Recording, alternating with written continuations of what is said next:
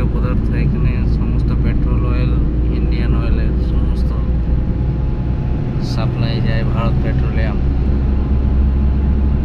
রাজবাঁধ পানাগড় এবং দুর্গাপুরের মাঝামাঝি জায়গাতে রাজবাঁধ অবস্থিত। এখান থেকে সমস্ত রকমের পেট্রোল সাপ্লাই যায়, বাইরে থেকে যে সমস্ত পেট্রোল আসে। এইখানে যে মেন সাপ্লাই কেন্দ্র এই রাজবাঁধ। আমরা সেই রাজবাঁধ অতিক্রম করলাম। এই যে সমস্ত ট্যাঙ্কারগুলো দাঁড়িয়ে আছে, পেট্রোল ট্যাঙ্কের